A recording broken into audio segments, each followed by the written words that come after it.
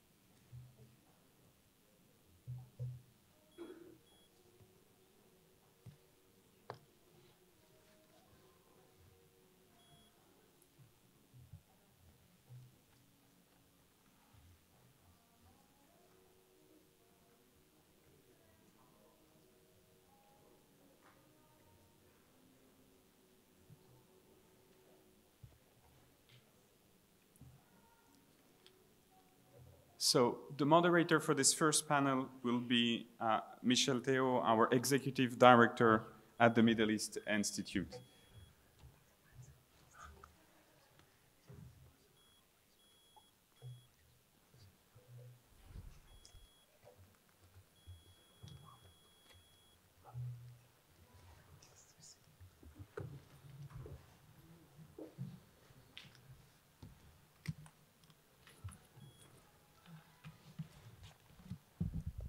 Good morning. Let me catch my breath. I apologize, my events team makes me work very, very hard. But let me welcome you to this morning's panel. And also say that the opening actually by Madam Halima really, I think, allows us to dovetail nicely into the next phase, which is the first panel this morning, looking at education for national progress, aligning vision, curriculum, and innovation. So let me say a few things about this panel. In this first panel, we consider how 3 countries, the United Arab Emirates, Qatar, and Singapore, have approached their transformation drives, and how education has been a key factor in the development of a skilled workforce, able to adapt to a global economy that is constantly being transformed and pivoted by rapid changes in technology. What is the vision driving the educational policies of these 3 countries? How has the curriculum transformed? And how does it continue to evolve? What are the innovations deployed to ensure that each country achieves its goal of a future-proof, knowledge-based economy?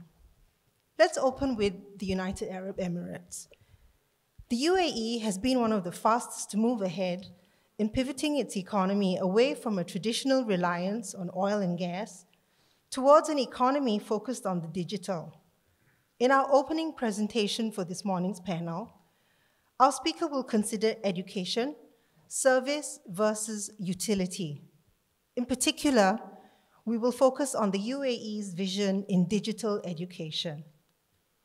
Our first panelist, Dr. Mansour Al-Awa, is Chancellor of the Hamdan bin Mohammed Smart University and a member of the Executive Council of the Association of Arab Universities. A leader in innovation, Dr. Al-Anwar launched the Hamdan bin Mohammed Smart University, the region's first university with a smart learning approach, as well as Innovation Arabia, an annual scientific conference focused on innovation in the Arab world. Dr. Mansour has served as the chair of several prestigious entities, including chairman of the governing board of the UNESCO Institute for Information Technologies in Education, and he has been chair of a number of juries for excellence awards. Dr. Mansour, the floor is yours. Thank you very much. Thank you very much, Madam Chair. Your Excellencies, dear distinguished guests, thank you very much, and I'm really grateful here this morning to be a part of this panel with my colleagues, the scholars here, and who are participating in other panels as well. We came here just to be able to learn from each other and to be able to share some of the ideas together. Before I start, Madam Chair, I'm going to start with an incident. When I see the wonderful audience here, it reminds me, in 2 decades ago, I was invited to conduct a workshop back in the United Arab Emirates. And it was not in Dubai, because I'm coming from Dubai, but it was outside Dubai. So my workshop was exactly on 2 p.m., which we call usually the graveyard slot. And I arrived at 1:45. I plugged in my computer and I was ready to go, and the workshop was be conducted only on 30 people, 30. And exactly like this. I mean, the entrance was from the side and the chairs were here, but of course it's a smaller hall. 1:50, nobody showed up. 1:55, nobody showed up. 2:01, a guy came in with a briefcase, and he sat down at the last row, and I begged him to come forward. So when he just came forward, I started to talk because this workshop had been paid for, so I had to do it.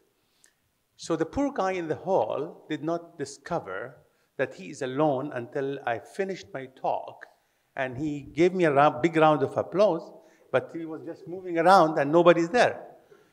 So I said, any questions? He said, no questions whatsoever. And I said, okay. So I packed everything, and I just intended to go away. He stopped me, he said, Dr. Mansour, if you don't mind, can you wait for an hour? I thought that he might need a ride to Dubai.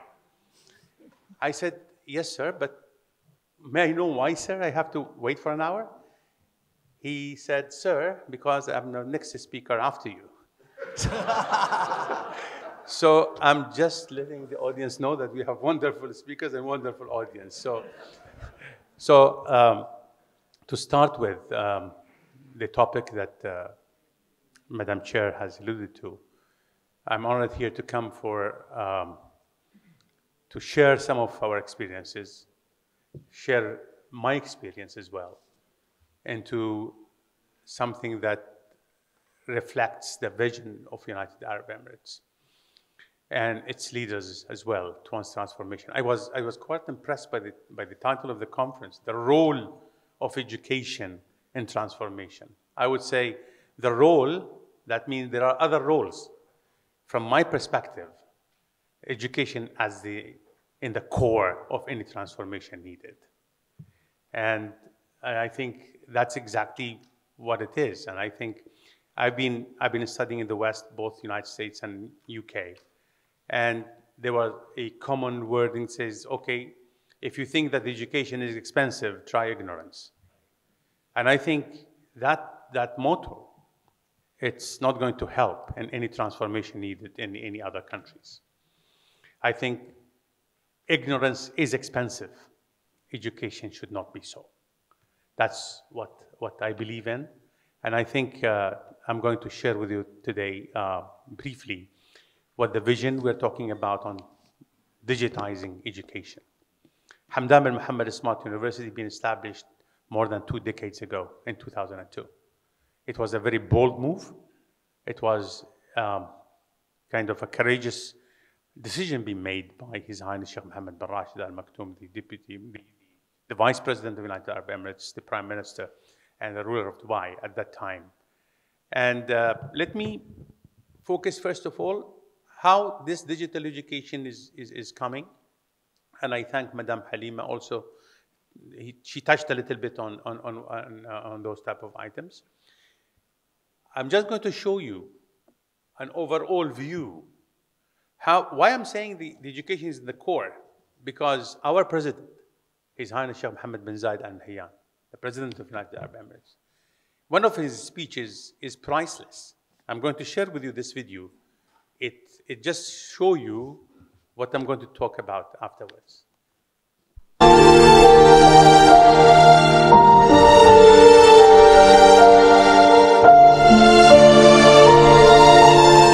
رهاننا الحقيقي في هذه الفترة من الزمن، في هذه الفترة اللي نحن عندنا خير، هو أن نحن نستثمر كل إمكانياتنا في هذا التعليم.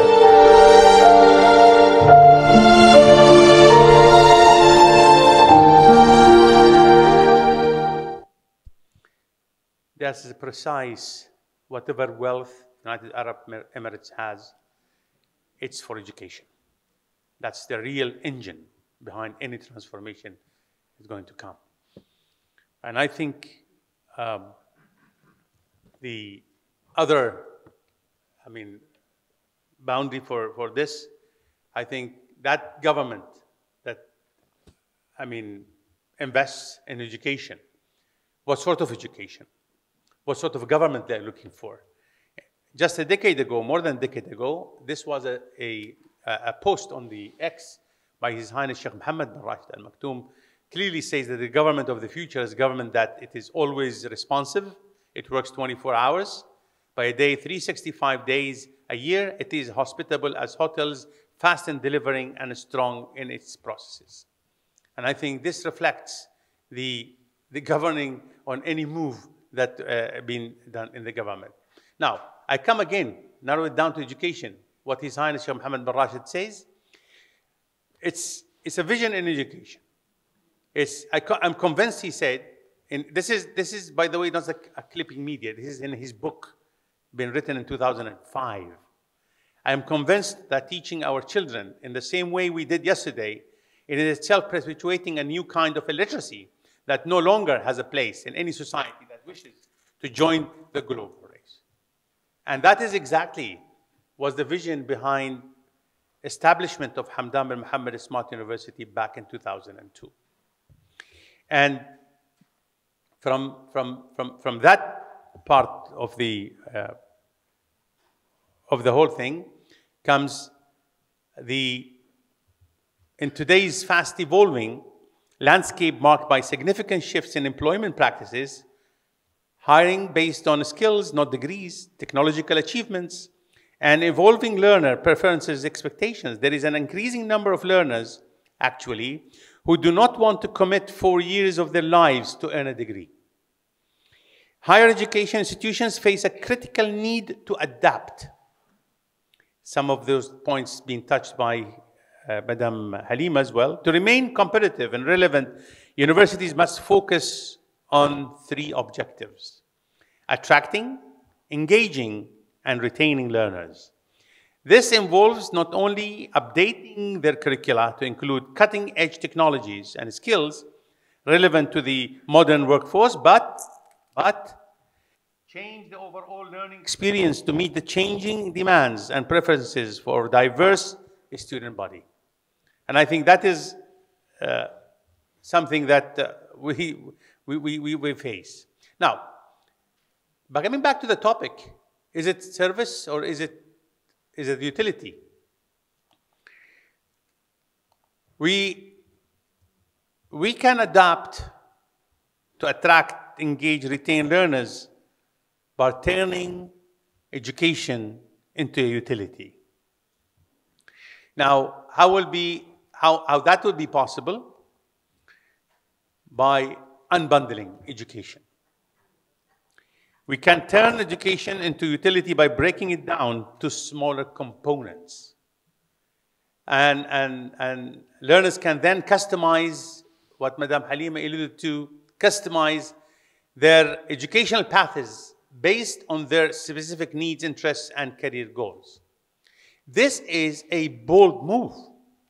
And we as educators have never experienced such kind of a disruption which is coming up today into the arena. Now, how I'm going to do that? I'm sharing with you an experience that Hamdan bin Muhammad Smart University been through by cooperating with the National Commissioner of Academic Accreditation. That when we're going to unbundle a course, unbundle education, the learning paths should be very clear. And that is exactly what you see here in the screen. There are certain badges. The one single course will be unbundled into badges. You can have a digital badge, then few badges will learn for you a certificate. Few certificates will get you a micro-credential. Few micro-credentials, it will allow you to go for academic credential. And that dotted red line that you see, academic credentials, is the only gate that you need to have a prerequisite admission criteria, because you are opting now to go for an academic credential. But the rest are open.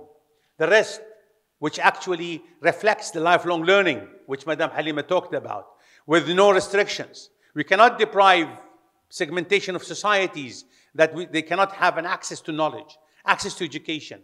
Universities for centuries been playing that role to deprive people from good education. And that is exactly what I said in the beginning. If you think education is expensive, that was the university's motto, try ignorance. I would say no. Ignorance is expensive, ladies and gentlemen, but education should not be so. This is an open gateway when we talk about society. It would be from the age of 7 to 99. We call it in Arabic, min al-mahdi lil-lahd. So that is exactly what the universities today must be looking at and must be thinking about very seriously. And that particular mindset, we have put it up in 2002. And this is exactly what it looks like when a university will be able to impact on society, when we engage society overall. And that's exactly what I'm trying to say. This particular pyramid is a modus operandi of having the lifelong learning intact. And look at the pyramid exactly. The base of the pyramid is casual learners. That's what you call it the 4 C's model at our university. Casual learners means it's just only being a digital badge that I alluded to before. And once you go up, and certification and macro credentials, and go up again, academic credentials, and then executive education. Now, the numbers decreases as you go up onto the pyramid. If you just consider today, universities, back in our geography, what they are doing is only concentrating on the 3rd layer of the pyramid, which is the research-driven programs, bachelor, master's, PhD. And the rest are not there. So that's exactly what in putting it into the education. Now, what would be the characteristic of such an unbundling, what I'm talking about? The first one is universal access to education. By treating education like a basic utility similar to water and electricity, it emphasizes the idea that everyone should have an access to learning opportunities. This can lead to more inclusive policies to aim to bridge the gap between different socioeconomic groups. And the second thing is focus on essential skills. And with a utility model, the curriculum could focus on imparting essential skills that are universally needed, such as literacy, numeracy, and digital literacy, preparing all students with a solid foundation for more advanced educational opportunities or employment. And of course, it's a personalized learning. It's just to me. And I think I don't want to go what Madam Halima has already alluded to. It's just only a personal, it's not anymore one size fits all. It's a matter of individual, personal learning experience.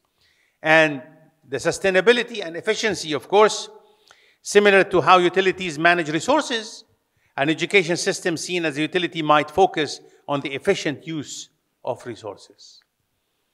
And last but not the least is equity and fairness. And I think by ensuring that education is accessible, disparities in educational outcomes due to economic, geographical, or social factors can significantly be reduced, promoting more equitable society.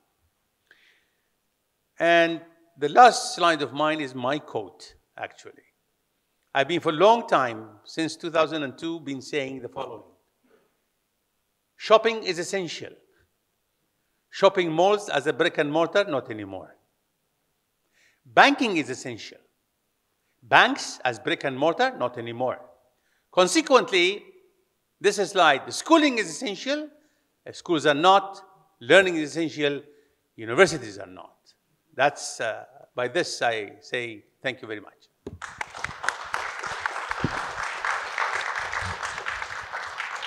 Thank you, Dr. Mansour. I think that's going to elicit some lively discussion later on during the Q&A.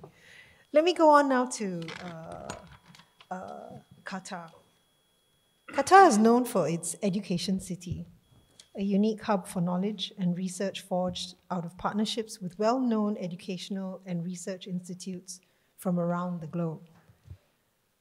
More critically, the question to ask is, how has Qatar's curriculum in educational institutions evolved? How are resources allocated? And are there specific pathways set out that define success within the educational system? In your assessment, Dr. Ahmad, what is needed in order to train highly skilled citizens? Are there specific or multiple approaches? Our second speaker today, Dr. Ahmad M. Hasna, is president of the Hamad bin Khalifa University and as a member of the Qatar Foundation for Education, Science and Community Development in Doha, is no stranger to the education city, having played a key role in its development, and as Director of Academic Affairs and then Associate Vice President for Higher Education, in the subsequent discussions with many of the Qatar Foundation's partner universities. Dr. Hasna, the floor is yours. Thank you very much. It's really a good morning, everybody. It's a great honor and pleasure to get the chance to share some thoughts with you. I cannot promise I will have an interesting story like my colleague, Dr. Mansour, to start with. So I hope you would really, I will get immediately into the few ideas that I would like to share with everybody. I decided not to put the slides on the screen for really a very important reason, in my opinion, which is really that we do not really know the answers to what we are trying to do today as we are trying to educate for the future. And I don't think anybody can sit and really give us an answer about how do we really do that 100%. You know, there is a lot of good ideas going around, but we need to always be open to be adaptable and flexible. So I will honestly try to share with you a few ideas that I think that was really the basis for what Qatar and Qatar Foundation have worked on, and then we can have maybe a lively debate afterward to discuss and to work on. And let me start again, similar to Madame Halima and my colleague Dr. Mansour and everybody. Qatar 30, 40 years ago found that the right investment, it's a human capital. You need to unlock your human capital if you want to really live into the future. Natural resources eventually will finish, the prices will change and all of that. So it's very important to prepare for the future by preparing your people. Having said that, I think a very important element was, how do you do that? And I think in Qatar Foundation in particular, under the leadership of Her Highness Sheikh Moza, the chair of the board, the idea of looking at education as a continuum is a very important element. You cannot look at education as a set of sectors or as a set of elements. You need to look at the education as a continuum and as a continuous activity. Continuum means you cannot just take a look at the primary education alone and then look at the higher education. You need to really look at the system as a whole, because each one of them is really playing a key role in achieving a certain milestone in whatever transformation is trying to do. And primary education is key. A higher education institute cannot fix a 12 years or 10 years or whatever that end up being in 4 years or 10 years. So you need to put an effort in your primary education, in your schooling, to make those students are ready for the future. And this is why Qatar Foundation started by schooling before we got into Education City in higher ed, and established schools that it is really to provide the future possibility of those students. Continuous is similar to how do you really shift the mind of the people so they are really continue to learn. So we keep speaking about lifelong learning, and we can provide all the opportunity possible, whether through the digital platforms or informal, formal education. But unless there is a shift in the mind of the people that education and upskilling and continuing learning is part of the journey, you will always have those available, but you will not have participation at the level the country wants. So I think, again, I'm gonna every time give you what I believe is the title of that piece of the idea as continuum and continuous as a very important two elements. Let me move from that and speak, how do you deal with the future?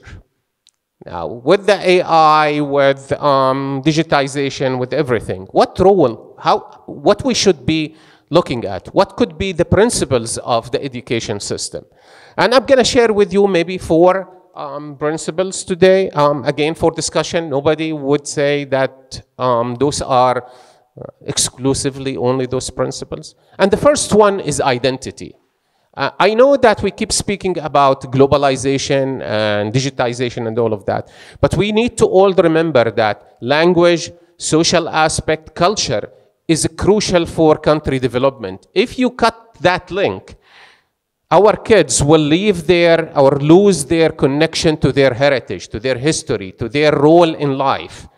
They would really get confused about what their purpose of life is. So I think the first principle is, regardless of what we do, we need to emphasize that identity elements. How do we connect our students through all their education system into their identity, to their language, to their heritage, to their aspect of life, so they can really provide a different experience, a different way of looking at things. We are human, we are created to be different.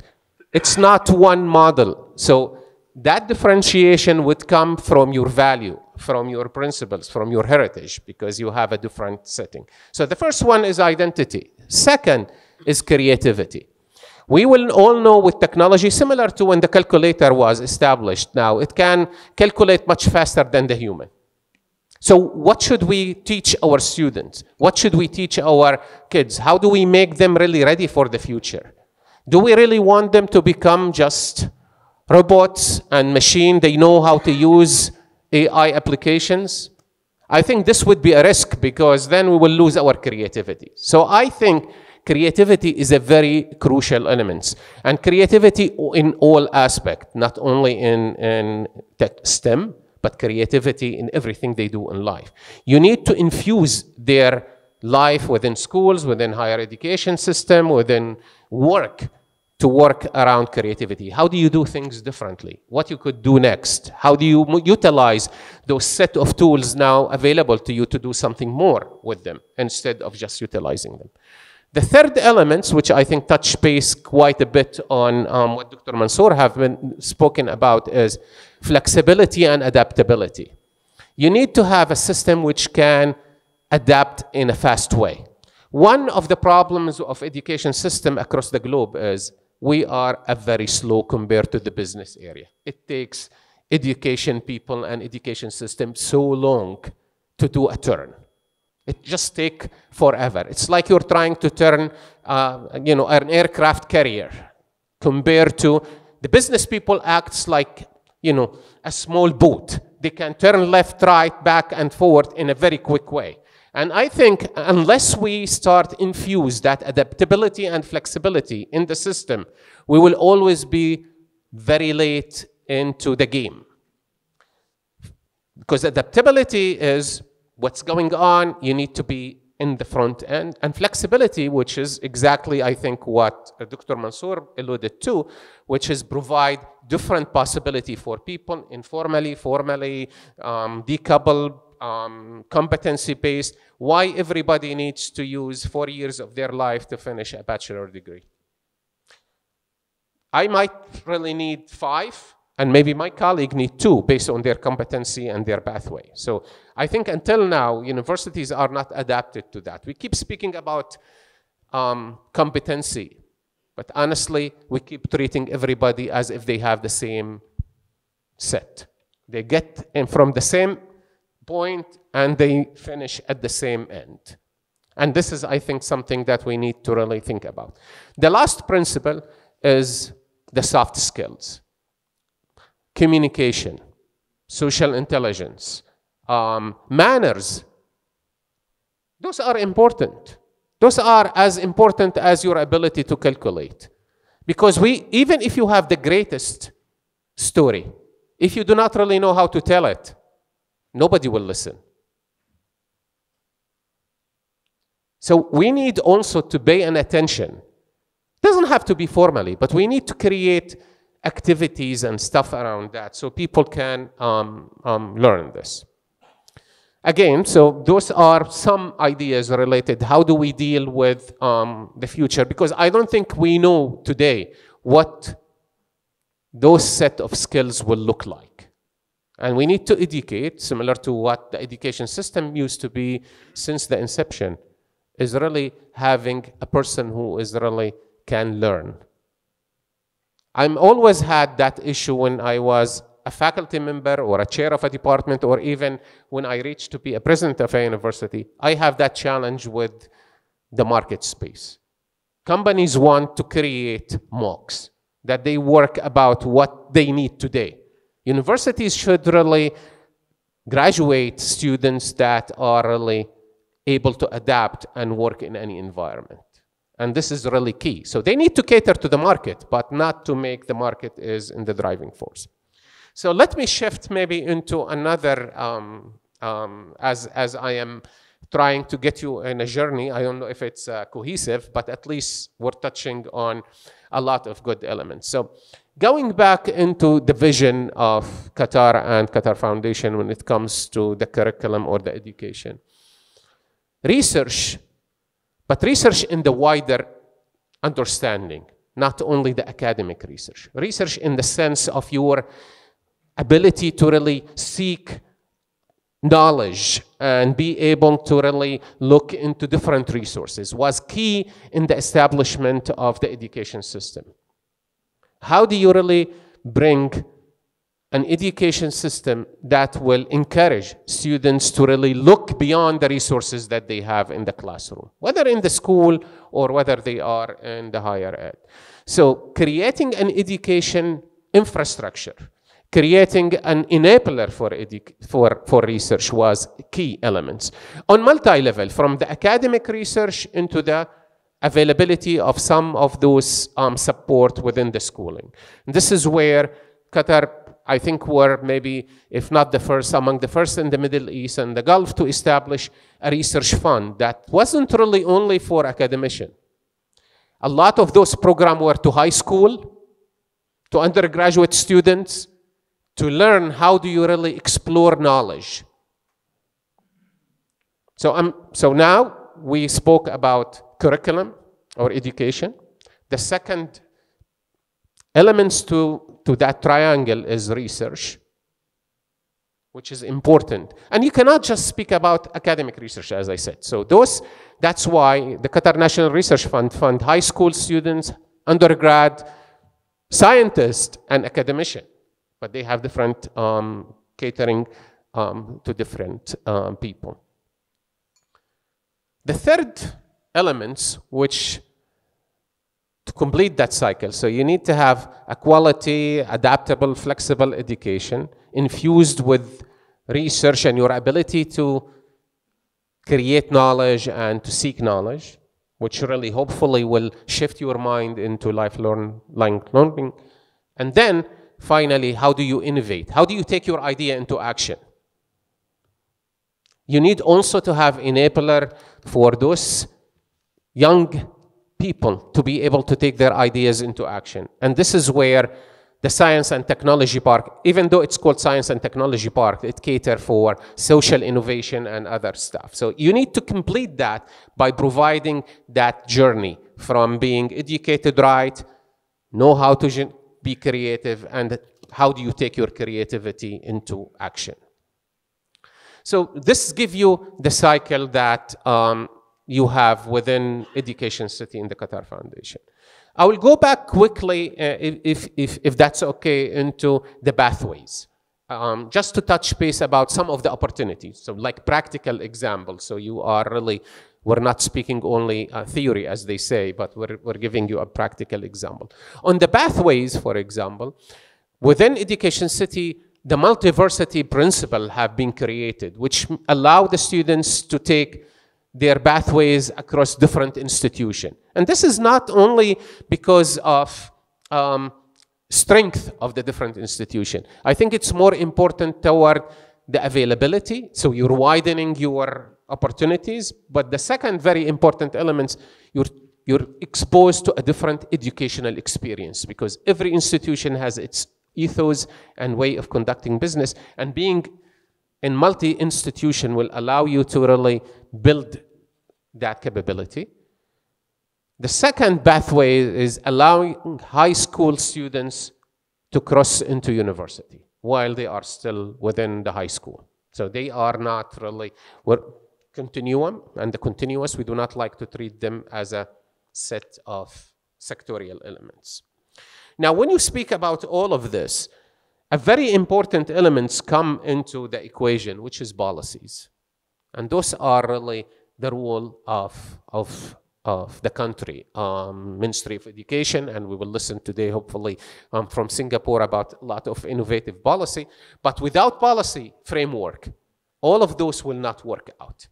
Because then your students and your innovation will be suffering from recognition and accreditation and validation and all of that. So you need to create your policy framework to be with the same mindset of being adaptable, flexible, quick in responding. And this is where I think in Qatar, the Qatar Foundation and the Ministry of Education work together in trying to advance this. I will conclude with one final example, because I think Madam President spoke a lot about women education, and it is a very important to the Qatar Foundation. More than 50% of the STEM students in Education City are women, which is really remarkable for us. What's more important is that the country and the Qatar Foundation, but on the level of the country, we introduce a lot of enabler for those women, not only to continue their education, but to be able to work without really feeling the pressure.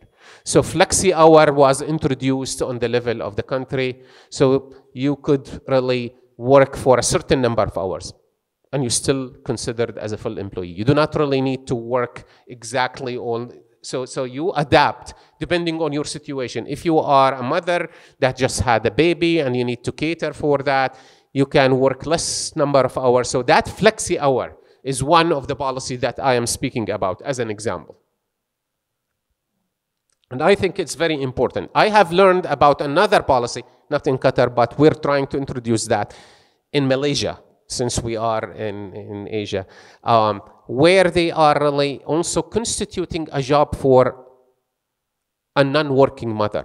And they consider her educating her kids and preparing her kids as a job for the society that she gets paid for, which I think take us into the role of the family and how the family can contribute into the education into the future, because it will never be only within the walls or of anything, whether it's called school or your room if you are personalized. I will conclude with one last example of a practical elements from the university. So we spoke about when it comes to the education in the curriculum. We have designed the curriculum to provide, at least at the beginning, 3 pathways to the students.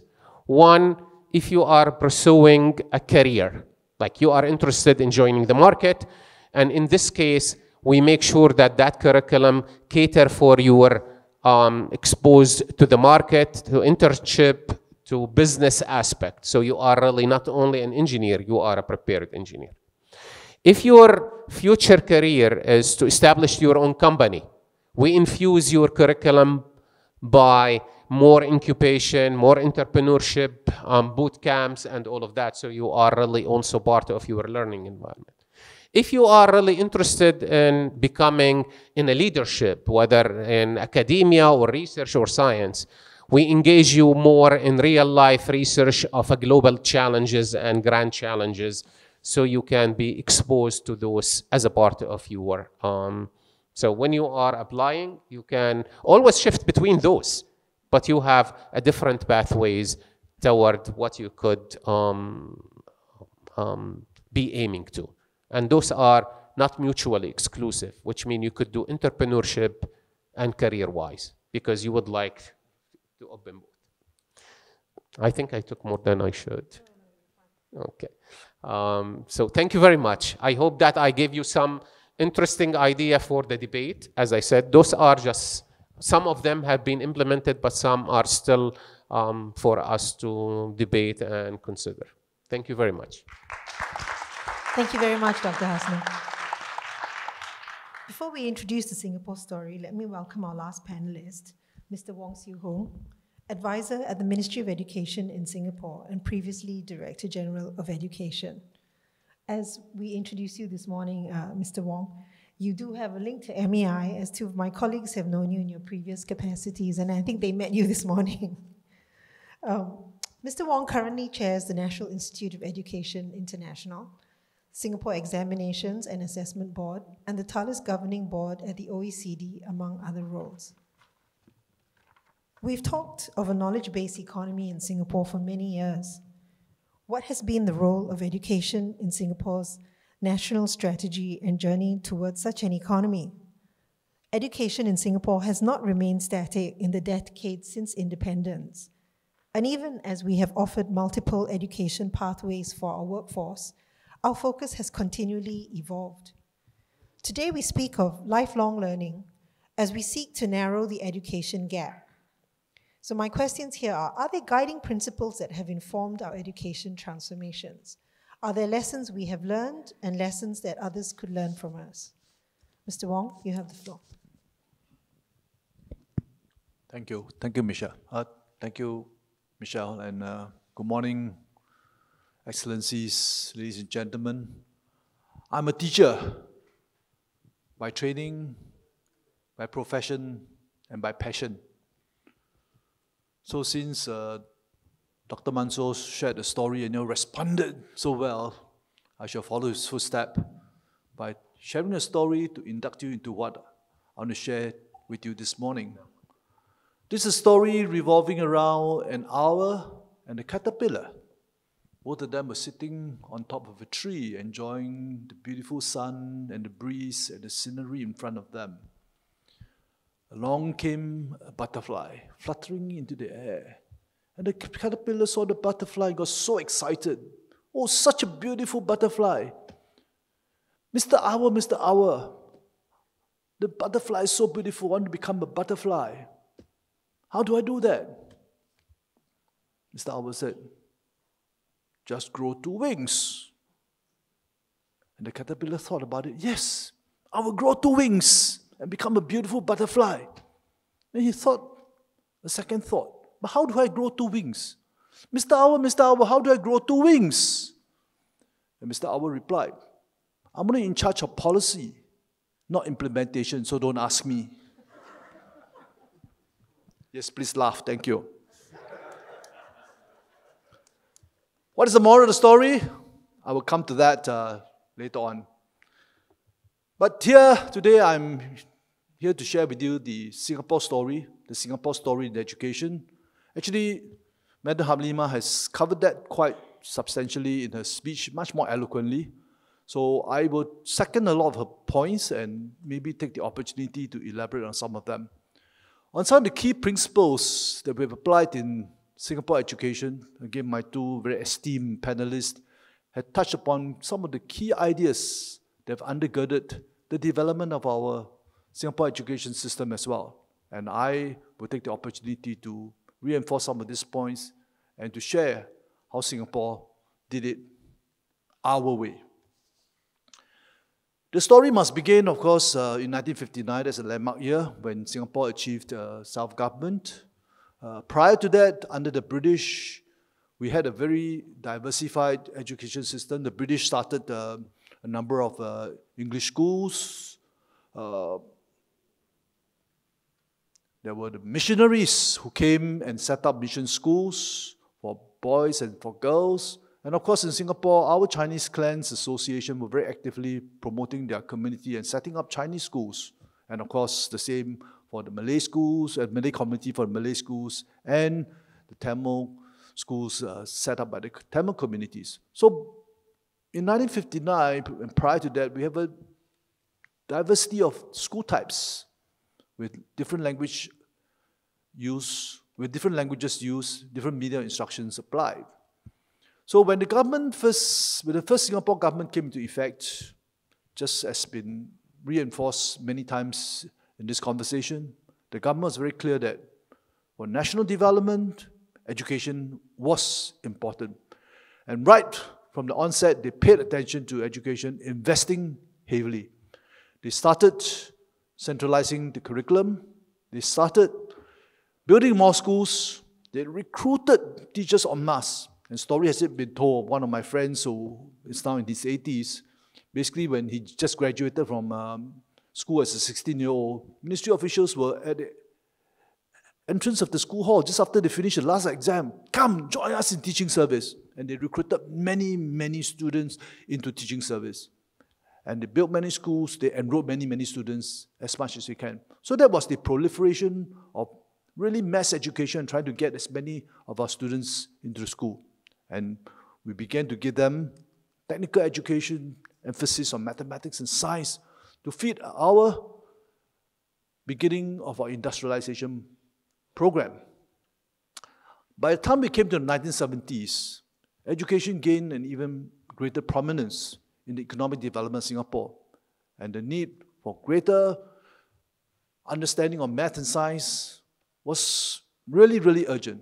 So much so that they put one of our founding fathers, of Deputy Prime Minister Goh Keng Swee, in charge of education. That's the kind of investment they're talking about. And he, in 1979, created the landmark report that defined quite a number of things in education. Centralization, making sure that education was customized. Customization was a very, very important key principle. But at that time, we did not have full resources, so the customization was simple. 3 streams, one for the able students, one for the middle band of students, and one for the weak learners.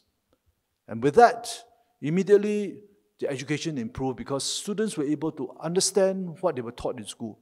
Attrition rate which defined the previous system of mass education, began to decline. And every student was staying in school, was coming into school and staying in school much, much longer. And that was really important because the aim must be to try and get every student finish at least 10 years of general education. And through the work of Dr. Goh, much of that was achieved. And when we arrived in the 1990s, knowledge-based economy has become the defining needs of the Singapore system. Globalization was burgeoning. Technology was advancing very quickly. We were beginning to see the beginning of computing powers. And there was an urgent need to try and help the nation become a truly highly knowledge-based economy working on high value-addedness. Do we have a population that's able to do that? And that's when, in 1997, another landmark year for us, the Prime Minister then, Mr. Goh Chok Tong, announced the Thinking School Nation, the Thinking Schools Learning Nation Initiative, that in many ways define all the work that we've been doing, setting upon us a set of reforms affecting many, many aspects of the education system, from preschool to general education, in curriculum, in pedagogy, in assessment, in teacher training, in many, many aspects, and of course, in higher education as well. The point to be made about the Thinking School Learning Nation in retrospection is that education reforms does not happen once and it's job done. Education reform has long gestation period. You don't know what you don't know. You don't know how to approach the future, as Dr. Ahmad has put it. But you have to work in education in good faith, believing that what you do today will have an impact down the road, 10 years, 20 years, 30 years. And that reform cannot happen episodically. It must be layers of reform building upon each other, layer upon layer, building on the good foundation that previous reform has done. Education reform must be by evolution, not revolution. And that's the attitude that we took. And as Madam Halimah put it, it's the long-sighted view that we must take in education that's very, very important. The stability helps, the long vision helps.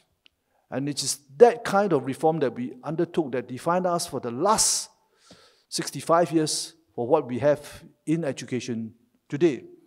So, what were some of the educational work that we did? Customization, as I said, was really, really very, very important.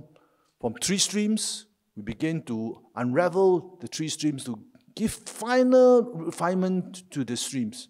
Until today, we are no longer talking about 3 streams. We're talking about 3 possible levels of subjects that students can pursue. So it is not mass curricular streaming. It is now streaming at the subject level so that students can pursue their passion and their ability and their strength. We had, in the last 25 years, a massive set of work that was done to create multiple pathways. In the past, the students went up 3 streams vertically. Now, if you look at our education system, there are multiple pathways. You can be going left, right, center, and then you end up, from the slowest stream to junior college to university. You have got, you can have opportunity to go to the Polytechnic, which offers top-class education, to the Institute of Technical Education, which give you high-level skills that will make you workforce ready. So the possibilities are tremendous. We started the sports school, we started the art school, we started school for the math and science, we started school for slow learners. The whole works that enable everybody to achieve a customized curriculum that meet their own needs. Maximizing the potential of every citizen in Singapore was tremendously important, both for economic reason as well as for purposes of social cohesion and social responsibility and their participation in society. Education must be very, very future-oriented as well. This is the long-term view. This is Singapore's obsession with future orientation, with what the future will bring. As we said, we don't know what the future will bring. So our approach is to focus on the strong fundamentals and future learning. Strong fundamentals of literacy, numeracy, character development, social-emotional competencies. And only upon achieving those things which we had done, we spent a lot of time now focusing on the 21st century competencies. Competencies of information skills, collaborative skills, communication skills, multiliteracy, civic literacy, and has been spoken about a couple of times, the ability to be critical thinkers and to be creative problem solvers as well. So these are the kind of new competencies which we believe will make our people adaptable, resilient, and able to innovate, to meet whatever the future will require of them. So that customization, that future orientation are all very important elements. And with that, the curriculum changed. Our curricular reforms happened again, not by a single chop and change, but through layering of the kind of things that we put into the curriculum. Much more forward-looking. Instead of just talking about content, we begin to start cutting content, to spend a bit more time for teachers to work on some of the softer skills, to thinking skills, through application skills. As Madam Halima said it quite eloquently, it is not just the knowledge that the students must acquire, but it is the ability to apply the knowledge that will matter most in a knowledge-based economy. And so the teachers began to help our students acquire thinking skills that will enable them to apply the knowledge they've acquired into many, many different as well as novel problem-solving situations. With curricular change, unit assessment changes as well. So our national examination is no longer about recall. What is gravity? You know, what are the few ancient river civilization? We ask much more thinking questions. How do you apply the theory of gravity to a particular problem? How do you solve this particular math problem using Pythagoras theorem? How does Pythagoras theorem work in real life? What is the meaning of river civilization as applied to the context of the development of the world? So those are the kind of questions, very, very open-ended, much more applicable, that we are asking the students to mount over every single day when they are in school. So there is a pedagogical change, there is an assessment change that was needed. A lot of the examination questions we set now are all about applications, not just mere recall. And I think with that, with the advent of education technology as well, we try to implant a lot of the education technology and the digital skills development in our students as well. I think again, Madam Halima spoke about it, our program to give every student a device so that they can use the device for learning and for their development of their digital literacy. And lastly, of course, in the curriculum, we are trying to get the students to understand that the need to learn how to learn is the most important, so that they imbue in themselves the disposition and the skills to learn for life. And that notion that learning does not stop when you leave school. Learning continues, and you do not just front-load all your understanding and all your knowledge acquisition and all your acquisition of skill sets in general education in the 12 years in our school system, but you must bring that knowledge into the workforce and to continue to learn and relearn, because the world will continue to change. So with that, that brings me to my last point, and that brings me to the point about what has this got to do with our and the Caterpillar. It is about the policy implementation nexus. We have a very strong HQ. We can develop many, many sound policies and curricular syllabuses, scheme of work, textbooks, things that are very, very useful for teaching and learning. But at the end of the day, it is the implementation of all these policies and all the curricular programs that will matter on the ground. So schools are important. You need to develop, and we spend a great deal of time thinking about how to develop good thinking schools that can innovate, that can meet the needs of the students under their charge. To do that, we develop quality assurance systems, quality assurance framework. We do not inspect our schools anymore. We tell them, you're going to do the best by our students. We come in and we take a look and tell you whether you're on the right track or not. Secondly, you need strong principalship. In 1997, that was the recognition that leadership in school is probably one of the most important things that must happen in the system. And for that, we recognize the principals. And one of the first things that was done during that period of time was to tell the whole world that the principal is the most important person in the system. We'll make them super skilled civil servants. Not to just follow rules, but to be able to run their schools innovatively and respond to the needs of the students as closely as is possible. And thirdly, the most important group of people in education, as has been said a couple of times by both Madam Halima as well as our panelists, teachers. Because teachers are the people who directly work with the students to deliver all the programs. They are the most important touch point, whether it is about literacy, numeracy, character development, about 21st century competencies, the kind of pedagogical skills they must bring to bear in the classroom, outside the classroom, in the playing field, in the learning journey, to wherever they bring their students to, so the students can learn not just about the content, but about the real world that they must learn to thrive in. And for this, Singapore did a lot of work on our teacher development, on teacher policies. Number one, again, by the same token, we decided that we must pay our teachers well. We will pay them competitive rates. We'll pay them competitive salary to some of the best in the market. Number two, we must make sure that they are well recognized by society. And to keep that high, we have publicity telling the whole wide world, particularly our Singapore public and parents, that teachers are important, teachers doing important work, and that we must support them. Thirdly, we must make sure that we recruit the best to come in. And so the recruitment campaign, and it's been extremely successful. We managed to get many, many able, high-quality people to join teaching. But lastly, it is about professional development. Even when you get good quality people in, to keep pace with all the educational development, to continually to develop them.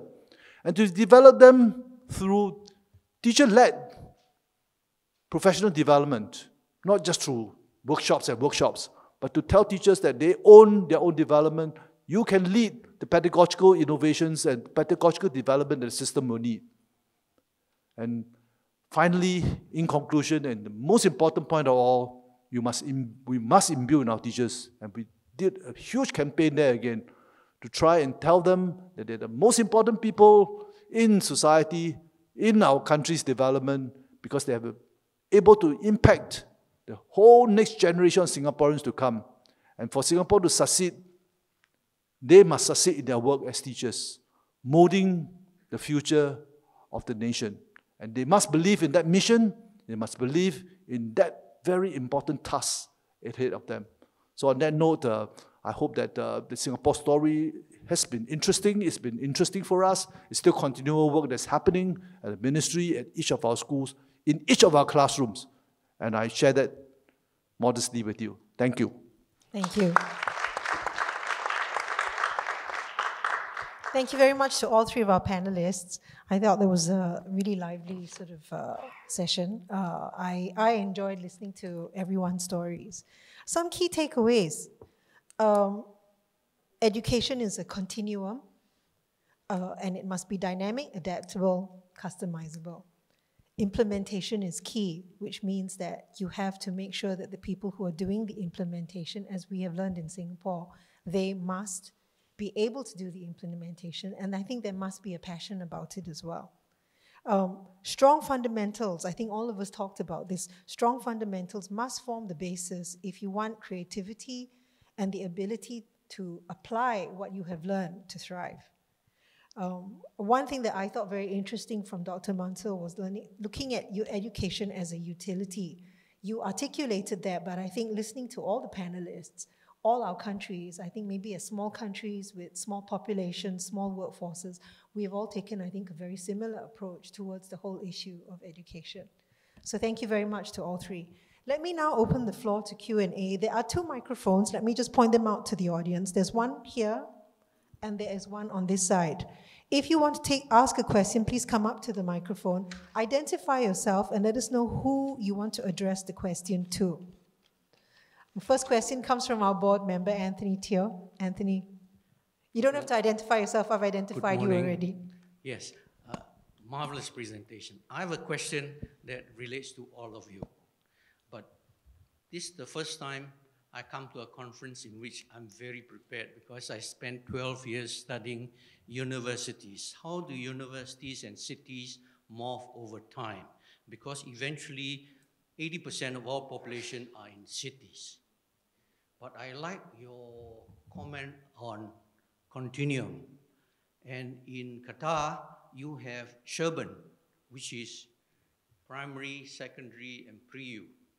And all your Altanis are there, and they produce, through Sherban, Lacare, Turin, the computer guy, and the last secretary of Colonial Secretary, Lennox Boyd. Okay. But then if I could come to Mansour, I like your, if education is expensive, try ignorance. Many have claimed to be fathers of that speech. Derek Bock from Harvard, Albert Camus. But what I eventually try to figure out with the 20 universities that we've done over the last 12 years is, what do they worry about as a university? And they say 2 things. That it should be collegiate, so that there is no ownership that you are more senior, you are better. It must be open-ended, collegiate. So Cambridge is famous for that collegiality. Okay. Then the question is, Cambridge, what are you worried about? And what they say is, what we are worried about is if the government tells us to take and water down our student intake quality. So now my question goes to Mr. Wong. So in his history, 12 years ago, NUS was ranked somewhere around 40 plus or minus. NTU was ranked 60 plus or minus. But today, NUS is number 8 in the world. But the cohort is from top 1% to up to 40%. But our friends in MIT is 1 to 5%. Cambridge is same. Harvard is the same. The question is, how does a university move from number 60, number 40 to number 8? And before NUS became number 8, NTU and NUS jointly claimed 11th position in the world. So there must be some magic that he's kept without telling us after about the caterpillar. So, because that is transformational. Thank you.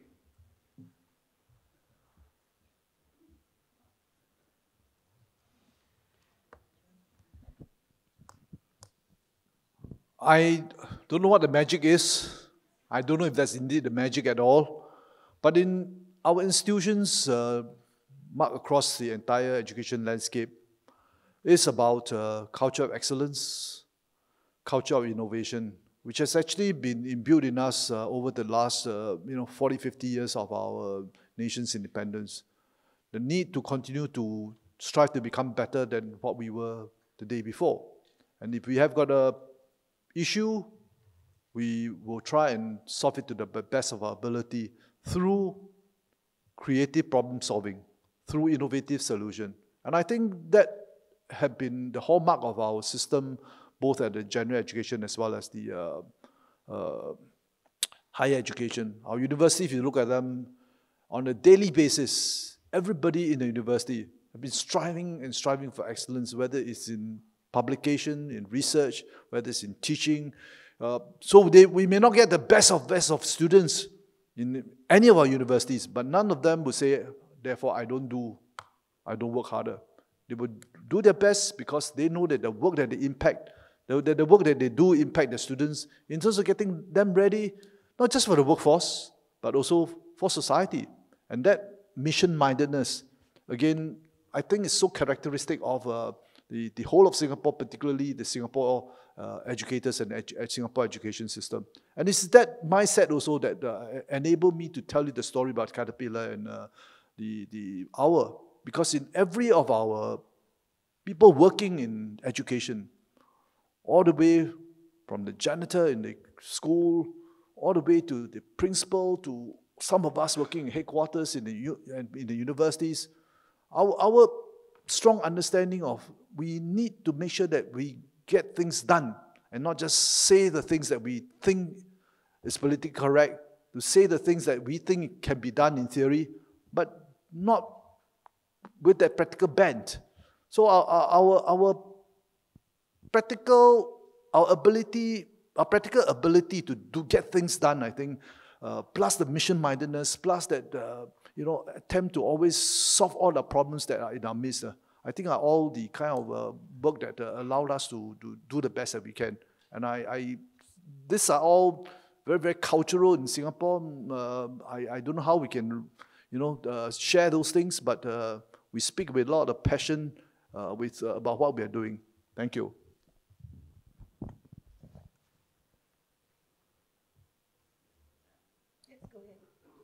Thank you. Good morning. My name is Sun Xi. I'm from China. From my personal experience, I know how important education is because I was born in a small village in China. Then it was education which gives me the chance to study in NUS. So, in my opinion, for most of the problems in the world, education is a solution. But for some problems in the world, education actually is a problem, especially about how we teach social science, especially about politics and history. You try to foster and deepen hatred, or you try to foster solidarity among friends from other countries. So my question is, in your opinion, how should we teach youth about history? Thank you. Do any of you want to? How do we take this one? This is always such a prickly question, History is, I'm not sure, is ever completely objective, but would you like to?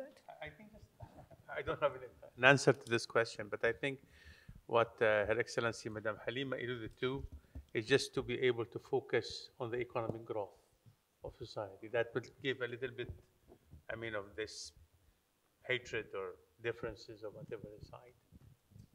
That's what my thought about it. Quickly, I think education can be a problem, and not only because of history. If you teach, a person to become just a machine, then you will have a problem, whether this is really in history or not. When it comes to history, social sciences, and all those very important and crucial areas, I think this is where I spoke about. Yes, identity is important and culture, but I think the approach to those is a comparative education, which means bring into the classroom multiple views around, the topic. Allow your students to be exposed to multiple views around the same topic. And they have a debate, and that debate doesn't mean that it will lead to one is right and one is wrong, because they could all be wrong or all be right, depending on from the way they are looking at. I think the ability for tolerance and being able to listen to others and to accept the other views, that does not mean you are agreeing to it. I think this is what we lack, today, especially when it comes to those social sciences. We try to teach the students our version of the story. And this is the version of the story you need to learn. I think what we need to tell them, this is our version of the story. There is other versions for your mind to think about. And to be honest, this talent it's going to be crucial for the future. Because with all this disinformation that we see, with all this information overflow, nobody can tell, in the previous, at least you can have some few facts, that there has been this number of people got killed. Now, whether being killed for right reason or wrong, this is a different debate. But at least you have the number. Today, I can tell you that people can tell you about a disaster in a certain country with the number of deaths, nothing have happened. And there is no way you can verify or validate. So with this information, the possibility of problems in the area of history and social sciences will be magnified, big time. And also, just to add to the point of tolerance for my colleague, Dr. Ahmed, is that really it combines also what Mr. Wong actually alluded to about implementation. United Arab Emirates, because of the nature of cosmopolitan society, we created at the highest level of policy and the highest level as a minister of tolerance. And I think that changed lots of the mindsets in terms of the society to how to communicate with each other, how to adopt certain policies and different views. So I think that might be also one of the things that I just only comment on. Thank you. Just a very quick addition. I mean, as an educator, professional education, I hope that education will provide as many solutions as we can to the world's problem. But we can't solve all problems. I think that's the point that we need to make. But I really hope that we are not the cause of problems. Yeah. And on the point about understanding history and understanding the world today, that's exactly what education must try to do in one of the toughest challenges that we are facing as a profession. How do you help our kids to really become a thinker? Because as Madam Halima has put it, it's not just being literate, it's about being educated. And education is really about developing the thinking person, and I'm going to use this word I think could be useful for us to debate this issue, who can develop discernment about the world, really thinking about what you're reading and discerning what is right and what is wrong, who is saying the right thing, who is saying the wrong thing. Because that one, with this world that we are facing today, is a real big challenge that all of us are confronting. And all that we can help our students with is developing that disposition, the skill set of discernment. Thank you. Thank you. Okay, we've got a queue of people over here, actually. Why don't we take 2 questions so that the 2 young gentlemen can actually sit down. I'm sorry, Aisha, you all might have to stand for a little while more, but so if you could introduce yourself and then ask your question, and if you're directing it at a particular panelist, please identify them. Okay, I'm Marcus from NUS. I first actually visited the Gulf region more than 10 years ago to attend a conference called Education Without Borders in UAE, but it's no longer running. And Mr. Wong, my wife is a teacher, and she just wanted to say she's a huge fan of you. I just have to do this for her. So my question is, recently I watched a couple of documentaries by CNA, and actually it talks about the over-education of people today, in a sense where countries focus a lot on higher education, and they try to get their people attending universities. But what happened is that the economy are unable to absorb this newly educated workforce. And what happens is that people are highly educated, however, they are unable to secure good paying jobs or good jobs. I know this is outside the topic, but I'd just like to hear from you all if you all have any thoughts on how education and the economy can come together to address some of these problems of over-education.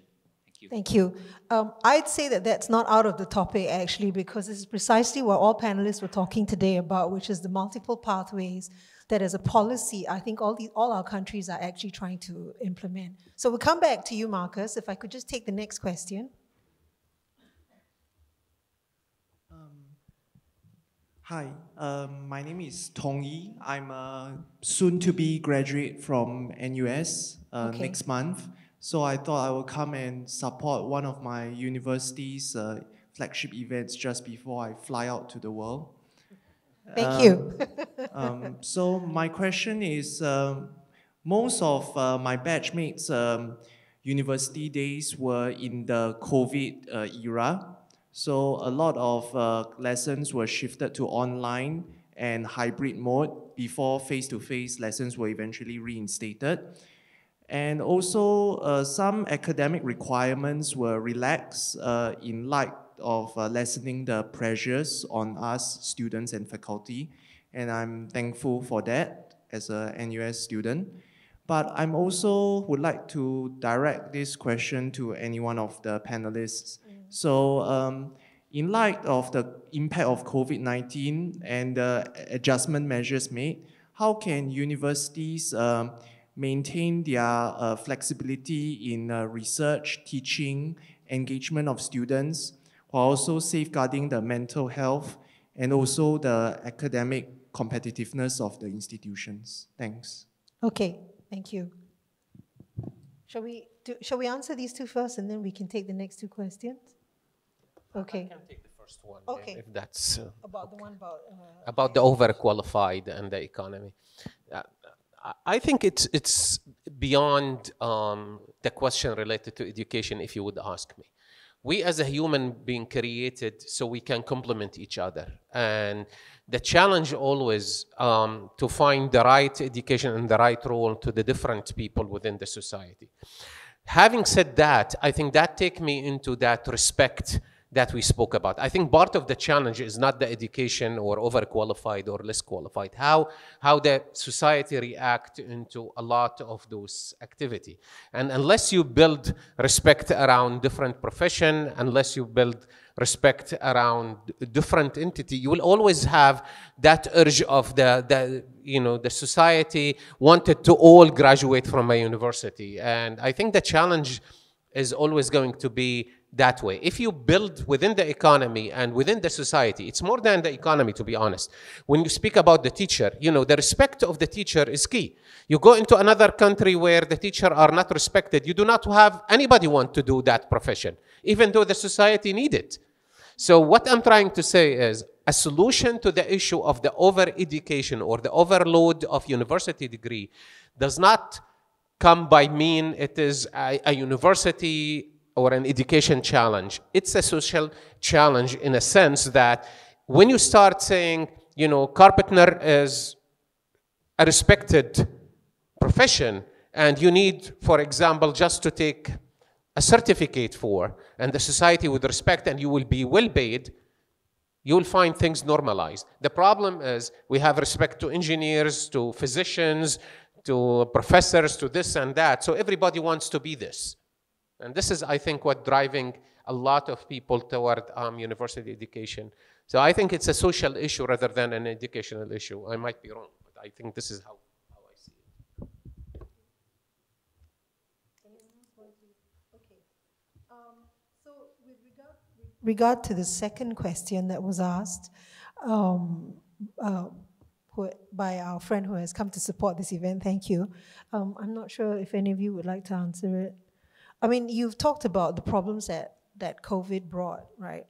And how do the universities or any education system, and I think this was a problem, we would all, the Singaporeans would have seen this first, and I'm sure you all saw this as well. The difficulties of trying to teach a Chinese class online to 30 hyperactive 8-year-old boys, it's my godson, and it was problematic, it was difficult. But, for those people who felt very isolated, and for many undergraduates, everything was done online, and the whole thing about university or any education that you have is always about the social context as well, right? How do the schools actually try to address this? I think if you don't mind, I'll just answer this based on what I saw, and maybe our panelists can also jump in. I think you'll see that most of the tertiary or the education institutes, and it wasn't just in Singapore, I think you would have seen this across the board, right? You still have to maintain that educational excellence. You still have that sort of competitiveness that you must maintain, those standards that you must maintain. But I think you even see this you see this across the board, all the schools, and I think MOE was very, very, very active about this, actually. They had very, very clear directions. And you saw this also in the tertiary institutes. It was very, very important that as soon as people could get together, even in small groups, this was strongly encouraged because that human interaction was important. Are there long-term problems with what came out of that whole COVID period? Yes. Okay, there is a real issue with, I think, the socialization across all ages, And there is a real problem in terms of some of the mental health issues and the ability to actually interact when you're not sitting in front of a computer screen. That, I think, is an ongoing problem. It is not just education, it's actually also social. I'm going to hand over to Dr. Mansoor because I think he may have a more sort of... Yes, thank you. Actually, what happened in COVID era, we were at the forefront in United Arab Emirates to be able to provide support for the teachers as well as faculties across the country and outside the country. We provided kind of a hands-on technical support for all teachers by providing 2 crash courses, how to become an online teacher in 24 hours and how to design a session in 24 hours. It's just only hands-on, nothing to... And some of the critique that we receive is, how come you're going to be able to build teachers in 24 hours? I think when somebody's drowning, you go first of all to save, not to teach her how to swim, right? So that was the response. I think also still the concept of socialization is still...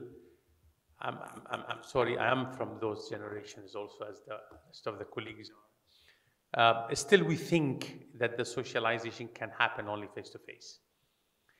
I am not in that particular belief. In 2009, I was supposed to deliver a talk to all school principals about future schools. And that particular morning, I sat down with my youngest son. At that time, he was in grade 9. And I asked him, his name is Rashid. I said, Rashid, what do you think about future schools? He said, Dad, I don't want to go to school. I said, okay, let me continue in the same thread of thinking. If you don't want to go to school, how are you going to learn? He said, simple. Bring me a robot in my room, and I'm going to learn through. I said, okay. Bring your son, you're going to isolate yourself from the people socializing. He said, okay, can I ask you that? I said, yes. He said that, how many people I'm interacting with? You're sending me from every day, from 7:30 in the morning until 3:30 in the afternoon, until I get home is at around 4 o'clock. How many people I'm interacting with? How many people socializing with? I said, okay, how many sections you have in grade 9 in your school? He said, 4. I said, okay, on average, 120, right? He said, Dad, say 300. I'm interacting with 300, even, different than the 4 sections that they have. He said, Dad, when I get back at 4:30, that I'm talking about 2009. He said that when I get back, I go through my Facebook and I interact with more than 2,500. Now you, Dad, tell me where I am socializing more. And that's exactly, I've changed my topic when I went to the lecturing, because we think that we are safeguarding the new generation, ladies and gentlemen. Our kids, the 2 years old, the same happens in Singapore, same in Qatar, same in UAE, everywhere in the world. The young generations, when they come to the universities, even to the schools, the teacher, the faculty, if we continue in the same way that we are in today, I think they will create for themselves another education system. So I think we're better off to go to the learners, to ask them also, because they are multi-talented, multi-mind, taking tasks in dimensions. We should a little bit relief on having the guardian of the next generation. That would be my comment. I think that this approach might irritate a lot of people around here, but I think this is my belief. I think the education Some of us are very optimistic about the technology. Some of ourselves are pessimistic. I think always we are in need of the two of them. The optimistic people, they created a airplane. And the pessimistic people, they created a parachute because they were so afraid that they might do something wrong goes with the airplane. So that is where we need the both of them in society, but we need to open up a communication and throwing questions for the next generation. Not easy. Thank you. Thank you. Okay, let me take the last two questions. Okay, my name is Rafi Al-Tali'i. I am from Oman/USA, where I live and work at the Carnegie Endowment for International Peace in Washington. So, Mr. Wang, although I don't have a question for you, but I am a second fan after his wife today because I like passionate people, and I owe a lot of that to my teachers for what I am today. Thank you very much. And I have actually two questions. One is for both Dr. Mansour and Dr. Ahmed, and another question for Dr. Ahmed only. So my first question is about the challenges. You didn't talk about the challenges that you are facing in regards of reaching your goals. You didn't talk about the people or the students or the learners. And also, since we know that Qatar and UAE both citizens are much less in numbers than non-citizens, is there any, can you compare between the behavior of the students or learners in citizens versus non-citizens, and do they have equal opportunities to pursue or continue their education in both foundations? Also males, females. So talking about males, females, my second question to Dr. Ahmed, you mentioned that it was remarkable that 50% of Qatar Foundation students or learners are females, and I don't like this phrase because as it is, it's not expected from women or female to be remarkable or to do what they are doing, right?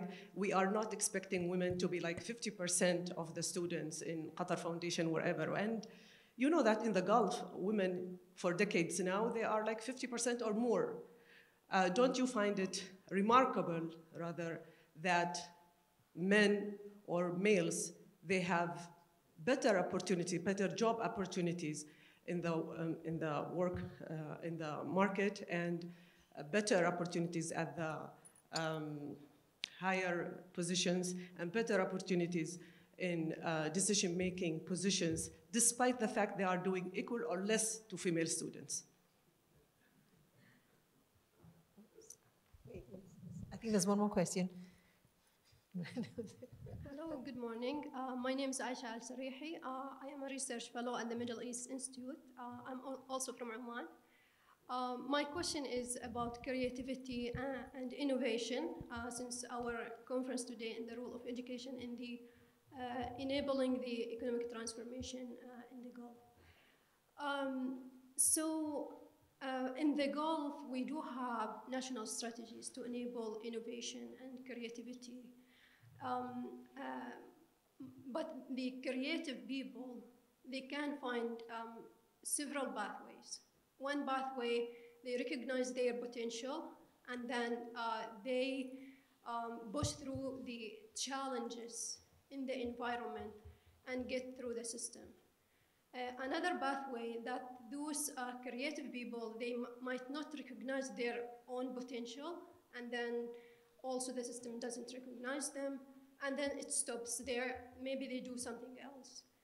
The third pathway, they might recognize their potential, but they might move somewhere else, maybe leave the country, where they can find the environment that nurture them. The fourth pathway is, of course, the how the national environments really enable them and support them in recognizing their potential, but also giving them a purpose for their creativity, wherever it takes them. So my question for the three panelists, where your respective countries stand in enabling the creative people in which pathway, and how to really enable the fourth pathway and avoid the first three pathways. If I may, I have a last question. When speak also about creativity and innovation, we mostly think about STEM, mathematics, science, like hard science, but also social science is there is a room for innovation and creativity there. We need it in the society to complement the STEM. In the Gulf, where do we stand today in also supporting the creativity and innovation in the social science? That's it. Thank you very much. Thank you. Okay. So the second question was for all three, but the first two questions were, the first question was actually for both of you, and then I think there was one specific question for you, Ahmed. I think it was a statement.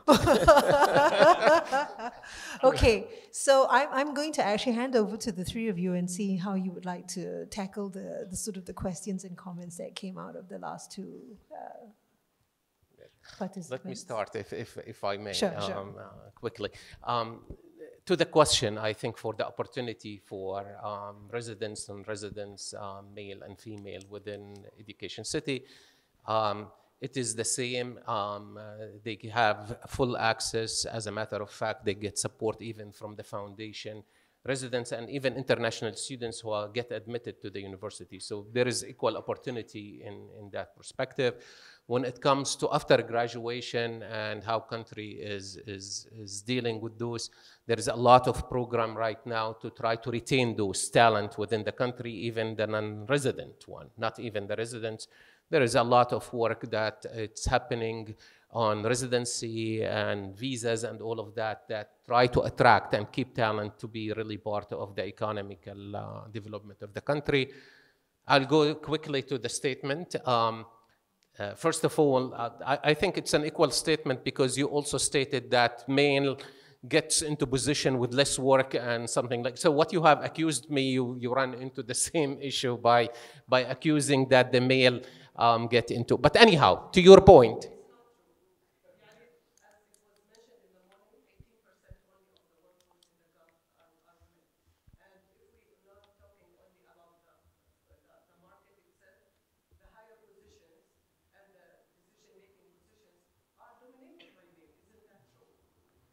Yep. No, but I think, look, I think this is really a debatable element, to be honest, because we both need to provide data on that, not only on the end. You need to really see, for example, you cannot say this race is won by only male, while, for example, who's participating in the race is 90% is male. Or you cannot say, so you need data. But to your point, so I can clarify what I have said, so we do not really get into that debate. When I mentioned that elements related to was in a positive note, because what we have heard even from the US, if we are considering the West are more opportunistic to women, is that they have a challenge getting female into the engineering, for example, or the computer science, or the science aspect. And they keep telling us, okay, that the percentage within the university in those elements is more, there is more opportunity for the female. They constitute much larger percentage to their home campus in the US. And this is what I meant in a positive way, not to speak about it as if it is nobody is expecting it. I think everybody wants this to be more and more. I think this is why we keep saying it, because we are happy that this would go beyond that. But I hope that, again, we look at the issue from the perspective rather than male and female and speak about how do we build the society into the future, because we need both. And it doesn't really make any good for a society where the women or the men are not educated. If the man is not educated, we will have a problem. If the woman is not educated, we will have a similar problem. I will stop there. I think this is really a very debatable topic, And I will just, maybe Dr. Mansour would say something related to the challenge. I can assure you, residents, non-residents, visitor, male, female, all have an equal opportunity. Yeah, thank you, Dr. Ahmed. I'm going just to, sorry. I'm going just only to respond to the challenges I'm going to talk about is the challenges which we face today in education overall, but I'm talking about the smart education in particular. Number one challenge is for the learners. The pillars of education actually is the four. I'm going to talk about the four challenges: the learner's perspective, faculty's perspective, the curricular perspective, as well as the learning environment. From the learner's challenges, the problem is the mindset into our geography over there, is that the learners are very acquainted with the push system into education. Unlike the smart education, and I have to differentiate between distance education and a smart education. It's totally different pedagogy. Distance education has been there for the last 400 years. The smart education is a change of pedagogy, not just only the technology itself.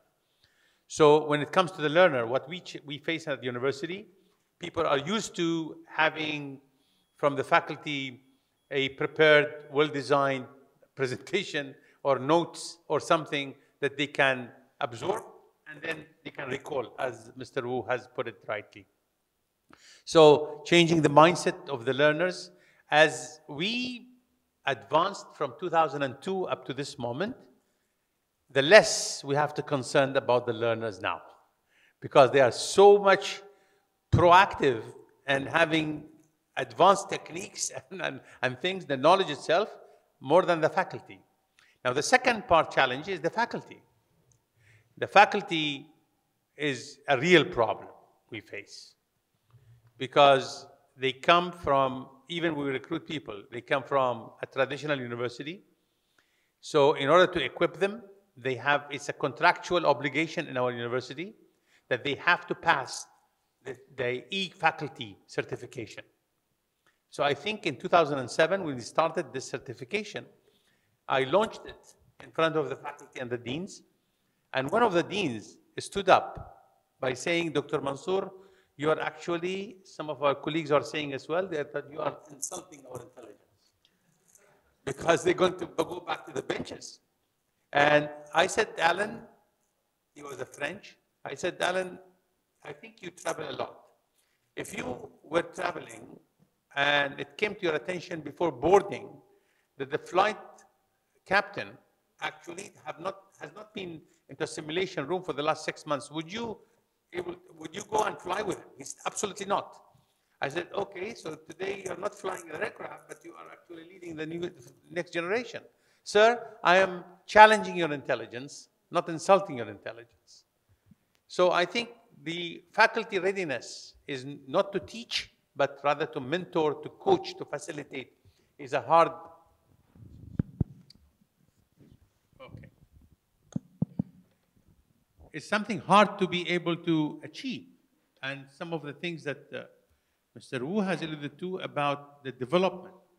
And I think that the challenge is today for the education, that most of our faculties are actually teachers, not facilitators, not coach. And I think even in the world of football that we are all, fan with, you will find if you don't have a good coach, no matter how many stars that you have in your team, they will never win any tournament. But the coach is important, the faculty is important. And the third thing is the curricula itself. The curricula is there. The knowledge is out there. So what the faculty needs to do is just to coach people how to be able to get a structured knowledge throughout. The last one is the learning environment. The learning environment, people used to have a classroom, a school. We do not have. We're in the cyberspace.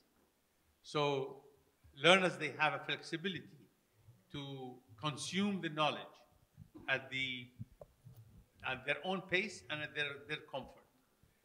We have graduates today from the university that they were captains in Emirates Airlines. They were attending the class over 40,000 feet up there. So they are the flexibility, getting the people to get through this learning. So these are the four fundamental, I think, challenges that we face. Regarding the males and females debate, I think there are still much needs to be done over there. But I'm going with an example for United Arab Emirates.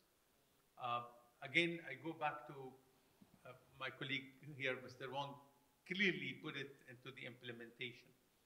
The implementation is crucially important. That's why policymakers in our country, they force the parliament to be elected 50-50. 50 females, 50 males. It was by policy, not just only to talk about it. Today in the parliament, we have 50% females, 50% men, and there are half of the parliament overall being currently appointed and half of it being elected. So I think that is where Mr. Wu again, is the evolvement. The evolvement of the society is extremely important rather than dictating to be to revolutionary approach.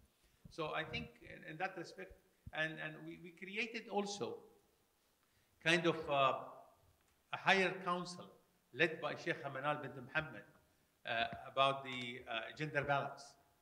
And I think that was a courageous step forward to have that one, and especially connected with the rest of the world.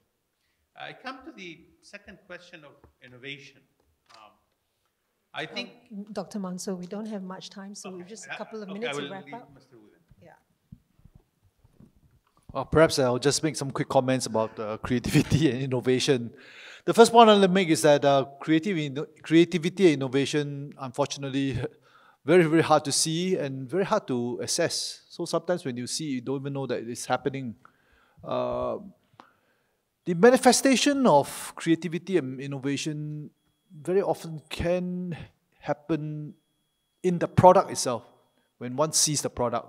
So, of course, when you see beautiful art piece, a wonderful novel written, a poetry, some music pieces, yeah, that's creativity with a big C. But actually what we are interested in for everybody's, for the imperative of the 21st century is actually a small c, creativity in our daily lives. Creativity that will help solve problems that we face on an everyday basis. So just in Singapore, just as an example, we are land scarce, we are water scarce, and we've got to solve our water problem.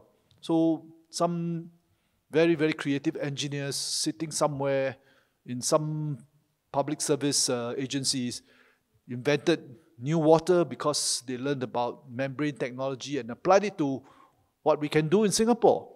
And my point about creativity and innovation, therefore, is that necessity is the mother of invention in many ways. And how we can settle the challenges of innovation and creativity is actually to really imbibe in people that strong motivation, back to the whole issue of passion about what they want to do with their life, what they do with their skill set, the knowledge that they built up, to try and get them to want to impact the world and make a difference to the world. And once people have got passion and are rightly motivated to do the right things to solve world's problem, I think creativity will flourish.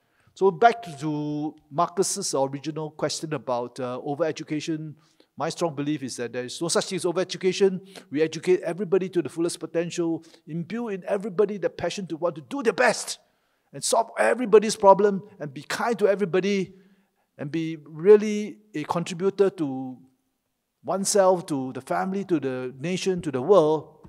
I think we will have a lot less issue in the world and we will have a lot more peace, prosperity and happiness. Thank you. Thank you.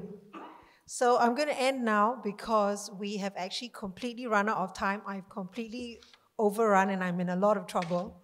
I'm going to hand over to Jean-Luc because he's going to let people know the logistics. If any of you have got questions, please feel free to approach the panelists if you would like. And I'm just going to hand over to Jean-Luc. But please join me in thanking our panelists. This has been a very lively session. Thank you.